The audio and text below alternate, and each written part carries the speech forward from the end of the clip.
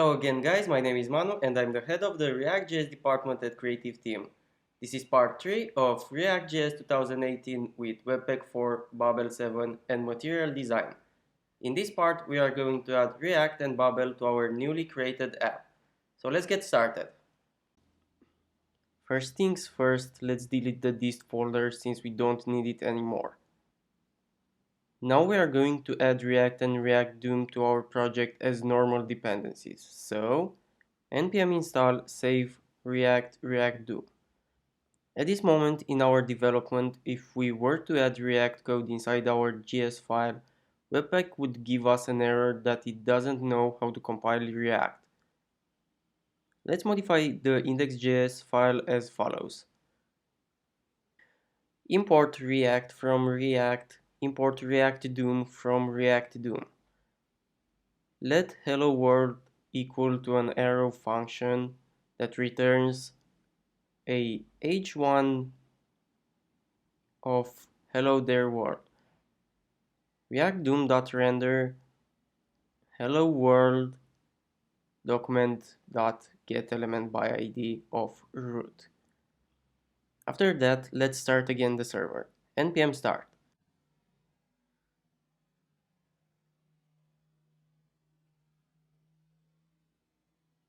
And here we have the error. So this is where Babel will come to our help. Babel will tell Webpack how to compile our React code.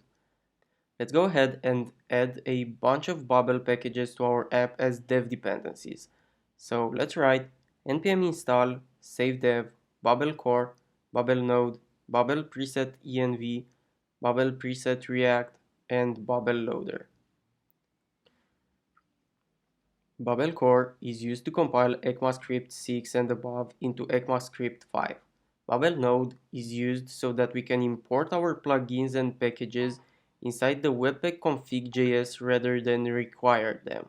It's just something that I like and maybe you'll like it too. Babel preset env will determine which transformation or plugins to use and polyfills. Babel preset react is going to compile the React code into ECMAScript 5 code. Babel loader is a Webpack helper that transforms your JavaScript dependencies with Babel. For example, it will transform the import statements into require ones. Since you are going to probably need to add some styles to your project, and I know that I will, we are going to add some loaders that will let us import and use CSS files and SCSS files. So let's write npm install save dev style loader, CSS loader, Sass loader, and node Sass. Style loader will add to the DOM the styles. It will inject a style tag inside the HTML file. CSS loader will let us import CSS files into our project. Sass loader will let us import SCSS files into our project, and node Sass will compile the SCSS files into normal CSS files. We are going to create a new SCSS file and add it to our folders.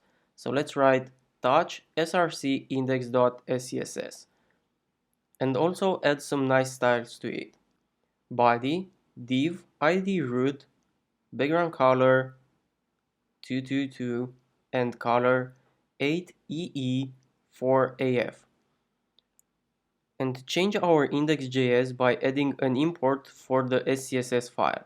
So let's go ahead and write import index.scss.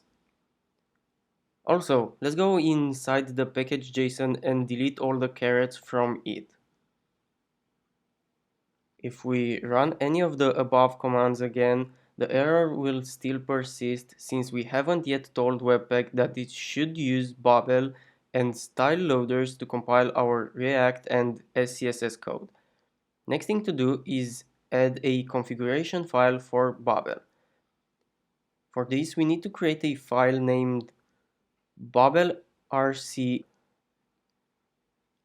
So let's run in the command line the following: touch.babelrc.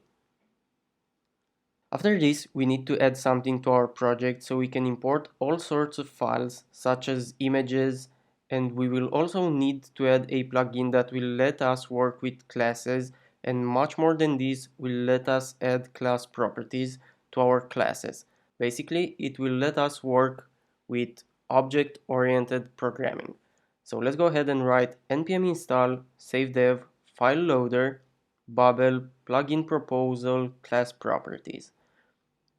Now that we have done this, we need to make some changes inside webpack.config.js so that Webpack will now use Babel. We'll also configure Webpack to listen for styles files, and also we are going to change the require statements to import ones. So this being said, let's change our webpack.config.js to the following. So we are going to replace const with import and require with from. The same we are going to do with HTML Webpack plugin. Also, at the end of the module.exports, we are going to add a new object, which is going to be module. It's going to have some rules. These rules will tell Webpack what it should listen to and how it should compile the code. So let's go ahead and write our first rule for React. So we are going to test for JS and JSX files for React code, and we are going to exclude the node modules, and we are going to use Babel loader. The next rule is going to be for the CSS and SCSS files, and we are going to use style loader, CSS loader, and Sass loader. The last one is going to be for images. So we are going to test for JPG, JPEG, PNG, GIF, MP3, and SVGs. And we are going to use the file loader. Now we need to change the package.json file. We need to tell our scripts that inside the config file of Webpack we use import statements instead of require ones. So let's go ahead and write Babel node and change the Webpack to node modules Webpack bin Webpack. Also, the same we are going to do for the start one.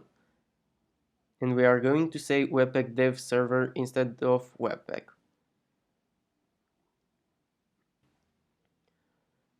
Now that we are done with Webpack and package.json file, we need to add some code inside the Babel rc config file. So let's go ahead and write. Presets are going to be Babel env and Babel React.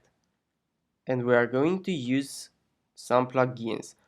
The Babel plugin proposal class properties. Now we are done. We can run either one of the above commands and it should not give us any errors. So let's see them in action. npm run webpack. Whoops!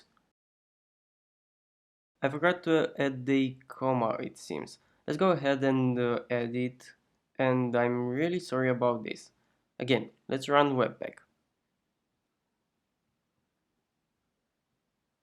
As we can see, there are no errors. And now let's see the main script of our app, npm start. And voila!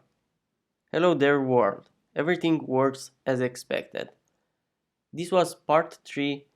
In the next part we are going to add material design to our new app. See you next time.